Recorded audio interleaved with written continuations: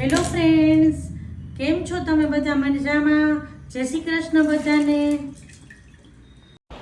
પહેલાં કુકરમાં જો તુવેરની દાળ બાફવા મૂકું છું અને આજે કરવા છે આપણે ઉત્પમ, પણ મગના ઉત્પમ કરવા છે. જો અમે મગ પલાળી દીધા હતા સવારે, એટલે કે 5-6 કલાક પહેલાં, અને હવે આ મગને છે ને પીસી લેવાનું છે.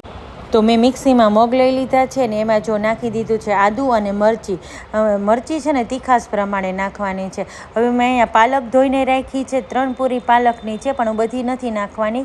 પણ જો થોડી પાલક નાખી છે ને જીરું નાખ્યું છે. હવે આ 2 બેચમાં પીસવાની છું. તો આ એક બેચ આપણો તૈયાર થઈ ગયો છે, કાઢી લઉં છું.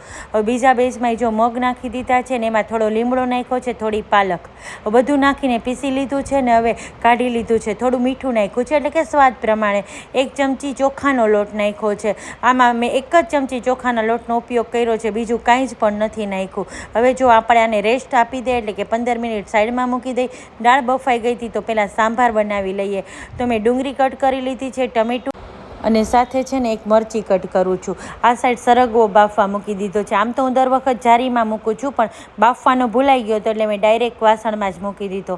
તો સાંભારનો વઘાર કરી લઈ. તો તેલમાં રાઈને મૂકી છે અને હિંગ નાખી છે, અને બધા થોડા એવા સૂકા મસાલા, એટલે કે તમાલપત્ર, સૂકું મરચું, લીમડો મૂક્યો છે, અને પહેલાં ડુંગળી સાતળી લીધી છે, અને એમાં સાંભાર મસાલો નાખ્યો છે ને ટમેટું અને મરચી નાખી દીધા છે. આ બધું સતળાય છે. સાથે જ સાથે આપણે જે સરગવો બાફ્યો તો એ નાખી દેવાનો છે, અને થોડું એવું ટમેટા ડુંગળીના ભાગનું મીઠું નાખું છું. હવે અત્યારે જો ચૈત્રી નવરાત્રિ ચાલે છે, તો ઘણા લોકો ડુંગળી ન ખાતા હોય, એટલા માટે જો ડુંગળી ન ખાતા હોય તો સ્કીપ કરવી. પણ મેં નાખી છે, કારણ કે અમે આ નવરાત્રિમાં ખાઈએ છીએ. અને થોડું એવું મેં આંબલી પલાળી હતી, તો એનો 2 ચમચી જેટલો આંબલીનો પલ્પ નાખ્યો છે. લીંબુ આજે નથી નાખ્યું.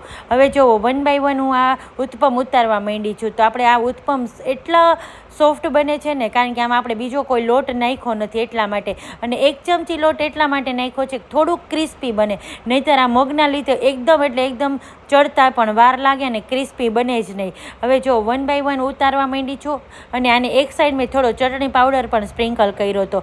તો બધા 1 બાય 1 ઉત્પમ ઉતરી ગયા છે. તો આપણે થાળી પીરસી લઈએ, અને હું તમને 2 સાઈડ ઉલટાવી અને પલટાવીને બતાવું છું કે જો 2 સાઈડ કેટલા સરસ બન્યા છે, અને એકદમ સરસ જાડી પડી છે. તો આપણે પ્લેટમાં લઈ લીધા છે ઉત્પમ, આપણા મગના ઉત્પમ, એકદમ હેલ્ધી અને ટેસ્ટી.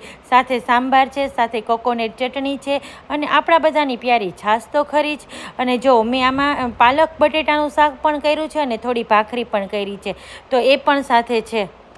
હવે જો આ મગના ઉત્પમનો સ્વાદ જળવાઈ રહે ને, એટલે મેં એમાં વેજીટેબલ કે ચીઝ કે એવું કાંઈ જ નથી નાખ્યું. આવી છે આજની ડિનર થાળી.